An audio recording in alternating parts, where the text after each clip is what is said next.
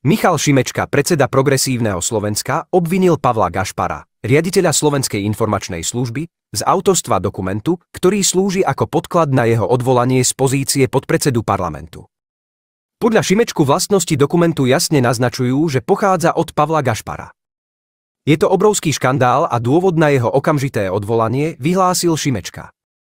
Dodal, že ide o zneužitie tajnej služby v politickom boji proti opozícii, čo je podľa neho neprijateľné.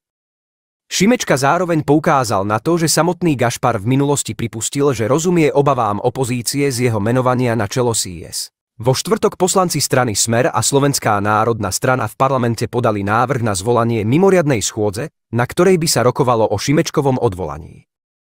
Návrh do podateľne odovzdali Tibor Gašpar, otec Pavla Gašpara, a poslanec Slovenskej národnej strany Rudolf Huliak. Šimečka trvá na tom, že Pavol Gašpar by po tomto škandále nemal zotrvať vo funkcii riaditeľa SÍS a zároveň vyzval poslancov Smeru a Slovenskej národnej strany, aby vysvetlili svoju účasť na tejto iniciatíve.